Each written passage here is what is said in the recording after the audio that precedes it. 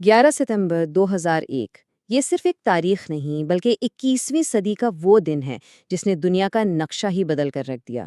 تو آئیے حقائق کی روشنی میں دیکھتے ہیں کہ اس ایک صبح نے ہماری جدید تاریخ کو کیسے ہمیشہ کے لیے تبدیل کر دیا۔ 2970 یہ صرف ایک عدد نہیں بلکہ یہ ان جانوں کی تعداد ہے جو اس ایک دن میں ہم سے چھین لی گئیں۔ یہ وہ ہولناک حقیقت ہے جس سے ہم اپنی بات شروع کریں گے تاکہ یہ سمجھ سکیں کہ اس انسانی نقصان نے دنیا پر کیا گہرا اثر ڈالا۔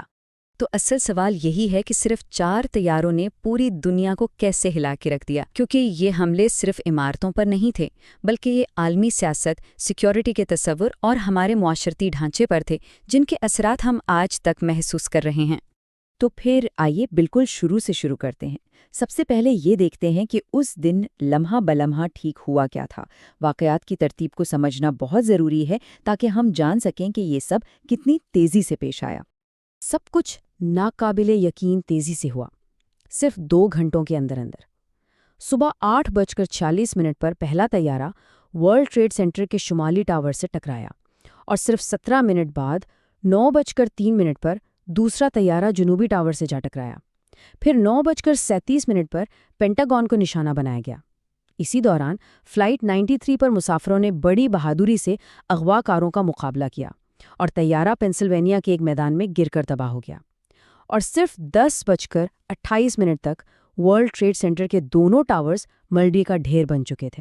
اغوا کاروں کی حکمت عملی بہت واضح تھی۔ انہوں نے جان بوجھ کر لمبی پروازوں کا انتخاب کیا تھا، ایسی پروازیں جو مسافروں سے بھری ہوئی تھیں، کیونکہ ان میں ایندھن بھی سب سے زیادہ تھا۔ زیادہ ایندھن کا مطلب تھا ایک بہت بڑا دھماکہ اور زیادہ سے زیادہ تباہی۔ ان چاروں طیاروں میں سوار کوئی بھی شخص زندہ نہیں بچ سکا، جنہیں 19 اغوا کاروں نے اپنے قبضے میں لے لیا تھا۔ تو سوال یہ پیدا ہوتا ہے کہ آخر اس تباہی کے پیچھے کون تھا اور وہ چاہتے کیا تھے؟ ان سوالوں کے جواب کے بغیر ہم ان حملوں کے اصل اثرات کو پوری طرح نہیں سمجھ سکتے۔ ان حملوں کی ذمہ داری القاعدہ نے قبول کی، جو اسامہ بن لادن کی قیادت میں کام کرنے والی ایک اسلام پسند عسکری تنظیم تھی۔ یہی وہ گروہ تھا جس نے ان حملوں کی مکمل منصوبہ بندی کی اور انہیں انجام تک پہنچایا۔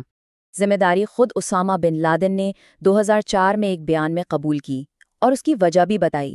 اس نے کہا ہمیں امریکہ میں ٹاورز کو تباہ کرنا چاہیے تاکہ وہ بھی اس کا کچھ ذائقہ چکھیں جو ہم نے چکھا ہے، اور تاکہ انہیں ہماری عورتوں اور بچوں کو مارنے سے روکا جا سکے۔ القاعدہ کی شکایات کی فہرست کافی لمبی تھیں۔ ان کے بیانات میں بار بار امریکی پالیسیوں کا ذکر ملتا تھا، جیسے اسرائیل کی حمایت، سعودی عرب میں امریکی فوجیوں کی موجودگی اور عراق پر پابندیاں۔ ان کے نزدیک یہ حملے دنیا بھر میں امریکی اقدامات کا براہ راست جواب تھے۔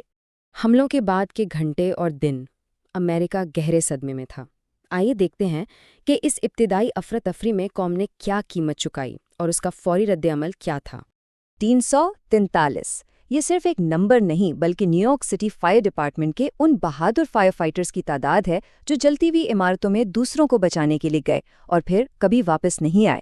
یہ فرسٹ رسپونڈرز کی قربانی کی ایک بے مثال داستان ہے۔ اور صرف فائر فائٹرز ہی نہیں، بہتر قانون نافذ کرنے والے افسران نے بھی اپنی جانیں دیں۔ یہ اعداد و شمار ہمیں بتاتے ہیں کہ یہ دن ایمرجنسی سروسز کے لیے کتنا تباہ کن تھا، جنہوں نے اپنی جان کی پرواہ کیے بغیر دوسروں کی مدد کی۔ حملوں کا اثر زمین پر ہی نہیں، آسمانوں پر بھی فوراً نظر آیا۔ امریکی تاریخ میں پہلی بار ملک کی فضائی حدود کو مکمل طور پر بند کر دیا گیا اور تمام سویلین طیاروں کو زمین پر اترنے کا حکم دے دیا گیا۔ اسی دوران کینیڈا نے آپریشن یلو ریبن شروع کیا اور امریکہ آنے والی سینکڑوں پروازوں کو اپنے ہوائی اڈوں پر جگہ دی، جو عالمی یکجہتی کی ایک زبردست مثال تھی۔ لیکن 11 ستمبر کے اثرات اس ایک دن پر ختم نہیں ہوئے۔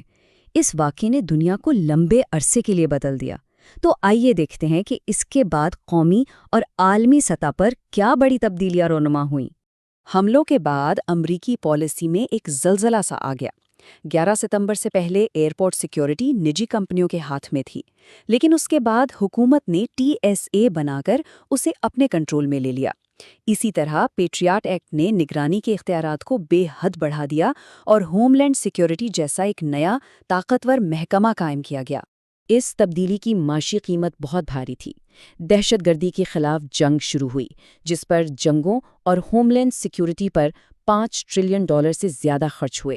یہ ایک ایسی رقم ہے جس نے امریکی معیشت کو دہائیوں تک متاثر کیا۔ فوجی رد عمل بھی اتنا ہی تیز اور فیصلہ کن تھا۔